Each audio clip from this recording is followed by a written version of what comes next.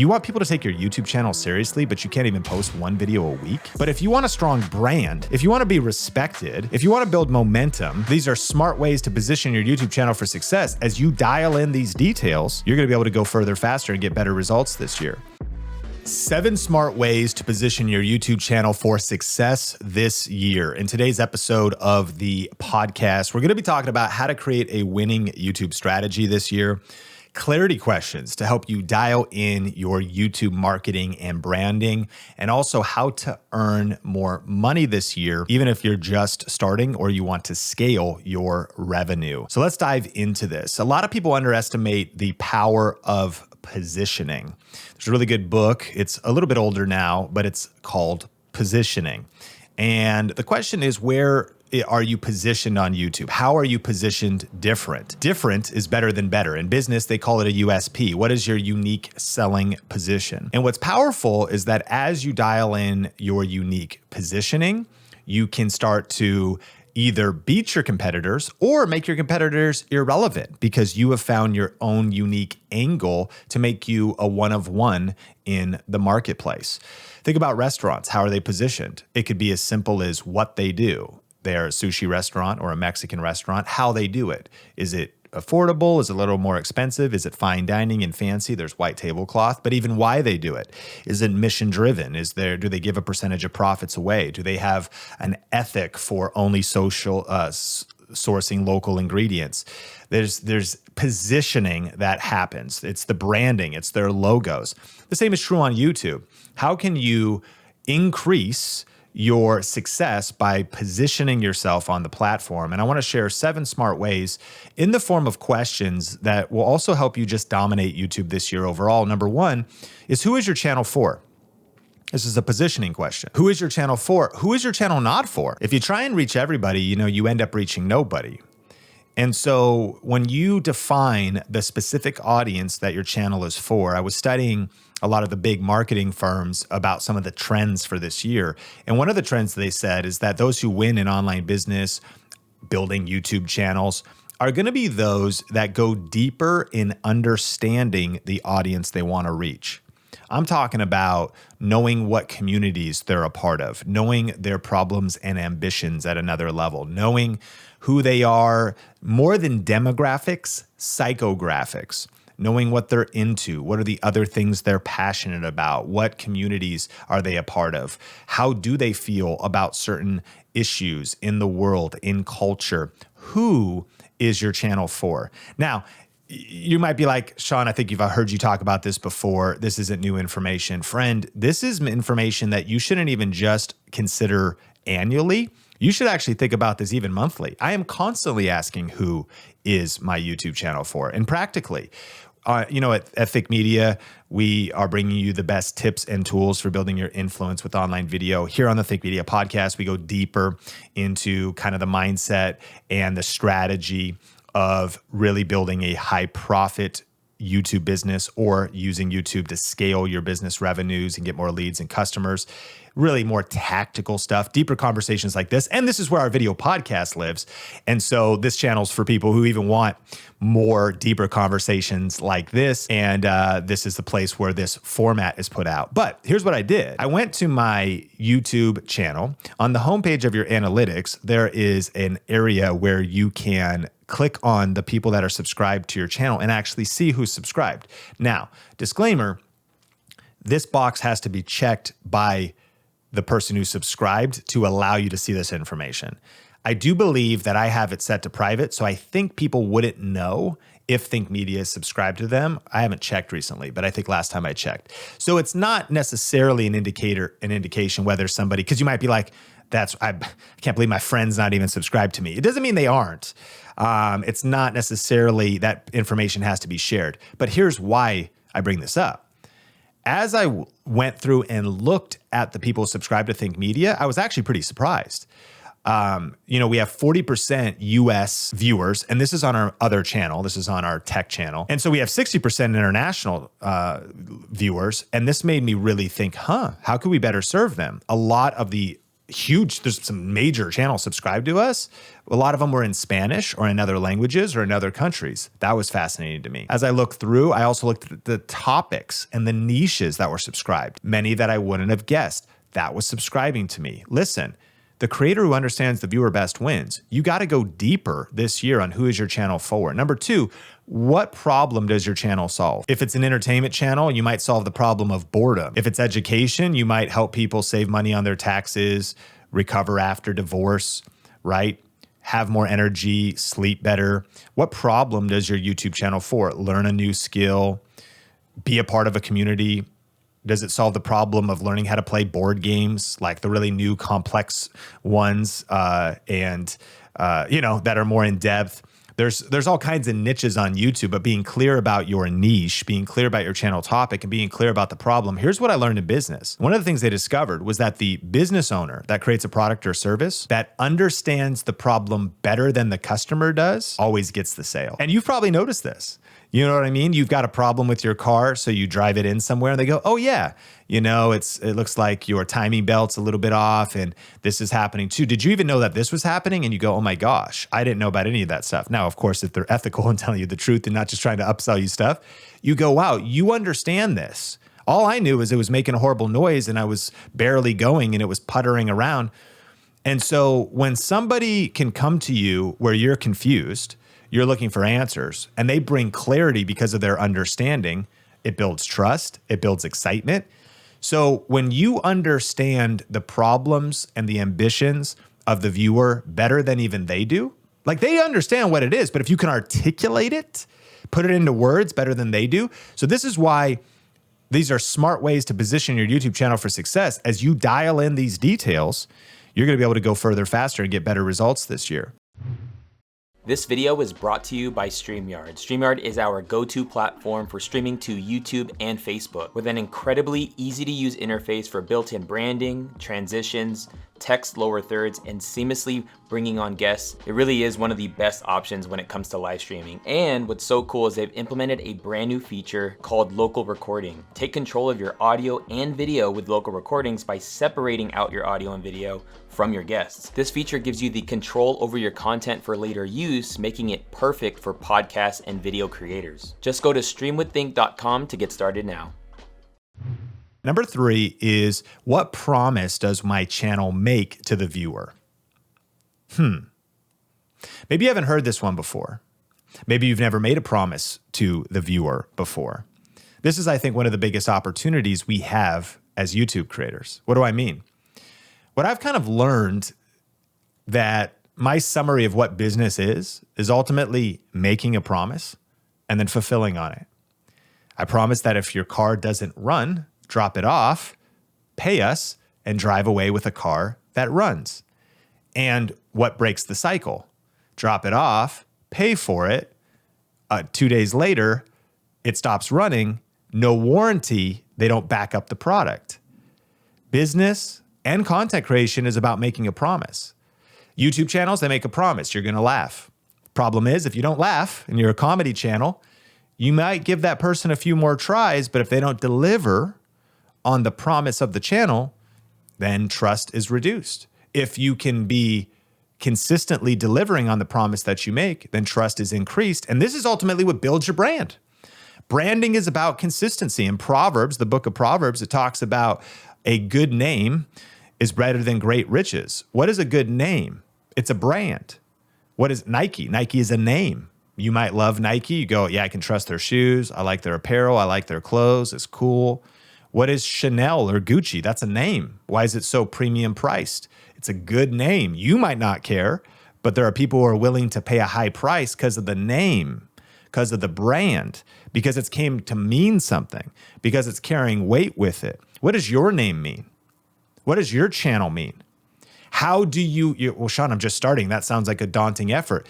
This is how you build an unstoppable YouTube channel, is you live up to the promise you make. And if you make a promise and you keep showing up with the promise. So here's the promise on Think Media. We're going to bring you the best tools and the best tips for building your influence with YouTube and video.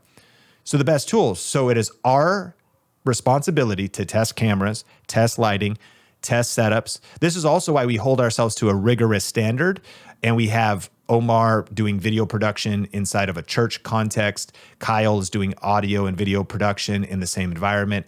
Omar is doing freelance clients and shooting photography on shoots, is in the trenches. These days, I'm mainly running the business and operationally as a CEO of Think Media, but in the trenches of client work, freelance work, putting cameras to the grueling test of traveling and being in cases, editing, putting editing software to the test. Nolan is in Arizona, hammering different computers and setups and cameras and trying this stuff so we can pass along the answers to you. If we get a brand deal, we test the product and we make sure we actually believe in it before we do or sign the brand deal, because our name means everything. And if our name comes to mean, they sold out, or if our name comes to mean, they kind of made a promise that it's going to be the best tips and tools, but this camera that I purchased on Think Media's recommendation kind of sucks.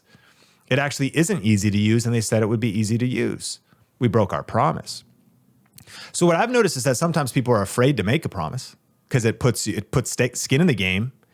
But two, that many have not made the promise and then held themselves to the promise to show up consistently. By the way, the reason this will position your YouTube channel for success is, again, this is how you build a brand. This is how you build momentum. And one of the things you'll consistently hear about YouTube success is you got to be consistent. But what I've learned is that people make a mistake on what consistency means. They think it means upload every Tuesday. That's not what it means. If you upload a pile of poop every Tuesday, is that going to succeed? You might become known for just uploading a garbage video once a week.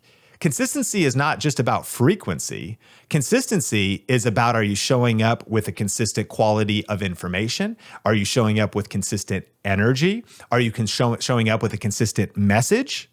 If you make a promise and you say, come to our restaurant and you're going to get sushi, and then people come on their Tuesday night date night, the couple's super excited and they sit down and you're like, all right, do you want some chips and salsa? Here's our menu. Do you want the burritos or the enchiladas? They go, what? I thought this was a sushi place. I've been coming here for the last couple of weeks and it was sushi. When did it change to Mexican? And you're like, oh, sorry. We're just kind of creative. We just felt like doing something different. Friend, do you know how many YouTube creators do that? I'm just kind of creative. Doesn't really matter. I just kind of feel like doing something different on my channel. Now listen, it's YouTube. It's your tube. Post whatever you want. But if you want a strong brand, if you want to be respected, if you want to build momentum, Nike's not opening sushi restaurants. They're making athletic apparel and shoes. Nike doesn't make board games. Nike, Nike knows their niche, their product, their category, their brand. What's yours? So making a promise is also about promising to show up.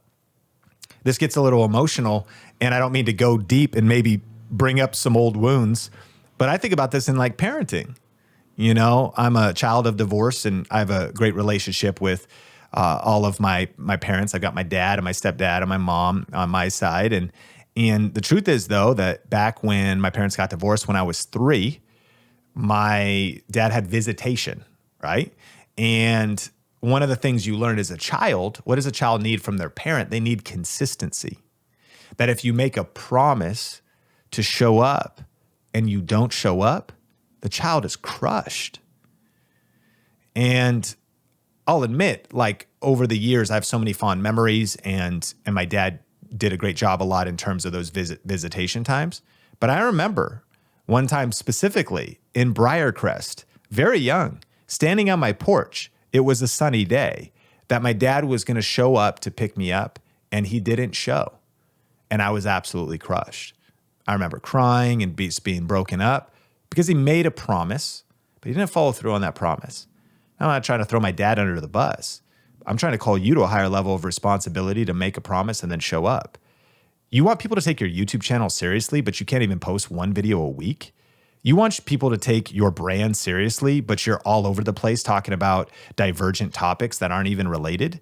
You want people to take you seriously because you went out, it's a new year, new me, here's what I plan on doing this year, and then 2 weeks later, you're not even following through in a 14-day window of the thing you said you were going to do? Friend, what promise do you need to make? And then what is your commitment level to following through on that promise? I think that'll change everything this year. Number 4, Am I in the best niche or channel topic for reaching my goals? Here's another way to put this. Do I need to pivot my channel topic? We're talking about smart ways to position your channel for success. I don't want to blow up your whole world because you just answered the first 3 questions and now you're having a ton of self-doubt. But the truth is that many businesses have understood that the thing they even started out doing isn't what they eventually ended up doing. They were willing to pivot. Are you willing to slightly adjust your content strategy and the types of topics you're covering, the types of videos you're making? Are you willing to completely change your channel topic? If you haven't heard my story, I have 3 failed YouTube channels before I got to the successful one. So even though I was committed to the vision of YouTube is the future, there's never been more opportunity, and that's more true than ever in 2023. 2.6 billion monthly active users. Influencer marketing goes up by about $3 billion a year with how much money's in the industry, and it's going to micro and nano creators. The creator economy's valuation continues to go up. YouTube Shorts are being monetized now on as well as the traditional YouTube Partner Program. There is massive opportunity on YouTube more than ever before. So the vision of succeeding on YouTube can be the vision. The vision doesn't change. But you may start a channel and realize, I learned a lot. It wasn't quite right. It wasn't quite working.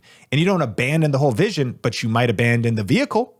You might say, man, I was trying to get cross country and my car broke down. You don't just go, it's not going to go. You get on a bus, you get on a plane, you buy another car, you hitch a ride, you find another vehicle to get you towards the goal. And that vehicle could be pivoting your channel topic. Am I in the best channel topic for reaching my goals? You know, it reminds me of Johnny Law, who was actually a part of our Video Raking Academy. He worked with us for a little while, helping us with brand deals. And he's done a lot in his life. He's actually the most interesting man I know. He's been in the rodeo. He's been a Marine. He's worked as a police officer in the crime scene investigation department. And fast forward to today, he's retired. And he was doing photography and video production stuff. And then we eventually linked up at a Vegas influencers meetup, which, side note, if you go to vegasinfluencers.com, it was just a waiting list. At some point in 2023, we'll do it's just a free meetup that we do in Las Vegas if you're there or want to fly in. I met John once, and then eventually he'd helped us with some stuff and was part of our team. Here's the point. His YouTube channel was struggling. He was doing all right, and he was doing photography tips. And it was something he was good at. It was something he was passionate about, but it wasn't his ultimate sweet spot. So he had to make the decision, and he was only at a couple hundred subscribers. If he was a lot further than that, he may have wanted to start a new channel, but he had to make a decision to pivot his channel, or he did make that decision. And based on strategies that he had learned inside of our Video Raking Academy, as well as our Niche Finder course, he pivoted his channel to what's now called Johnny Law. He made all of his old videos unlisted. And what he started to do was react to true crime cases because he's a crime scene investigator, retired. So he has a unique set of skills and a unique perspective, and boom, his channel just took off. He sent me a message. In 48 hours, he qualified for monetization. He wasn't even close. In 2 days, he went from 0 to 100 real quick like Drake. He ultimately grew to 20,000 subscribers in a month. And even Dr. Phil reached out to him, which he had to turn him down. He got a chance to go on the Dr. Phil show. Like, how do you turn down Dr. Phil? I mean, he was busy, but ultimately pretty wild. All of that actually happened because of a positioning move. He repositioned himself. I just want to ask you, this could be the key to you really experiencing breakthrough on YouTube this year. Number 5, do I need to update my channel branding and positioning? That could be colors, cover, avatar. Who are you showing up as? What's your personal brand? What's your look? What's your feel? What's your tagline? What is unique about you? How are you distinct? What makes you different? Those are all things you could ask. And then finally, these first 5 questions were about positioning, but the last 2 are all about profit. So number 6 is, what is the best business plan for my channel topic?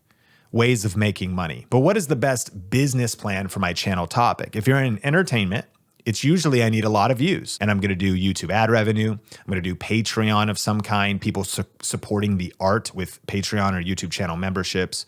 I may create merch of some kind. And eventually, as I build some financial momentum, I may actually invest in something that is even like a consumer packaged good. If you look at Logan Paul and KSI, they have their Prime drink. You look at Mr. Beast, he has Beast Burger and he's got a chocolate bar. It's not that you would necessarily launch a business that big, but it is the fact that as you first generate basically seed capital and brand with your YouTube channel as an entertainer, you think about the other businesses you can launch as a result. On the education side, the opportunities, I believe, are actually not only more, but they're also more practical. You do have YouTube ad revenue. You do have the potential to make a channel memberships or a membership community. But in this side, you can also create online courses. You also can create coaching or events. You could do a lot of things like that. One that overlaps both are brand deals and sponsorships. And as I mentioned earlier, the dollars are actually continuing to flood into the brand deals and sponsorships arena. Influencer marketing last year did around, I think, $18 billion. That's like how much money was in the system. Some of that goes to middlemen. Most of that goes to creators. And it goes up about 3, 4, 5 billion a year. And so this next year, more money is flooding into the system. How are you getting positioned now to capitalize? What's the best business plan for your channel topic? And then number 7, am I making the videos with the highest income producing potential? This is one of the biggest mistakes people make if they want to actually go full-time on YouTube. You're making videos, they may be even getting views, but they don't have the highest income producing potential. Sean, are you saying that money is everything? No, that's not what I said. I did not say that at all. I just said if you want money for the mission, you should reverse engineer and think about which type of videos would actually earn me the most money. And it's not as simple as just getting views and doing ad revenue unless that's your only business model. But what's exciting is that there are multiple different creator economy business models. Another word we use at Think Media is money plans of making money. And the goal is to get your channel in alignment with the best ways of earning revenue. Like we have a lot of creators that have small channels and make big money, but the key is you have to have the right business plan. If you are using those strategies on a channel where you're trying to get millions and millions of views, but you're not getting the views, it doesn't work. But if you have the right business plan and you're only getting 16,000 views a month, I'm thinking of a creator recently I was talking to in our YouTube bootcamp. She has multiple people working for her and she has 16,000 views a month. Now that's pretty cool, but in YouTube, that's like a rounding error. Like in the YouTube world, 16,000 views is an incredibly small number, yet she has a incredibly profitable business built around her channel. This is answering the question, am I making the videos with the highest income producing potential? If you love the Think Media podcast, what really would bless my heart, if you would just take a minute or two to leave a review on Apple Podcasts about your feelings on the podcast. Even if you watch it on YouTube, opening up Apple, you're like, Sean, I don't even have an account. Okay, fine. But if you specifically use Apple, that's kind of a big hub, obviously, of the audio side of this podcast. Leaving a review would be huge, and I would love you forever. And then additionally, I know wherever you watch this, give me some feedback, even some topics for a future episode you'd love to hear about, maybe a guest or a topic you'd love covered. Hit like button and subscribe for more.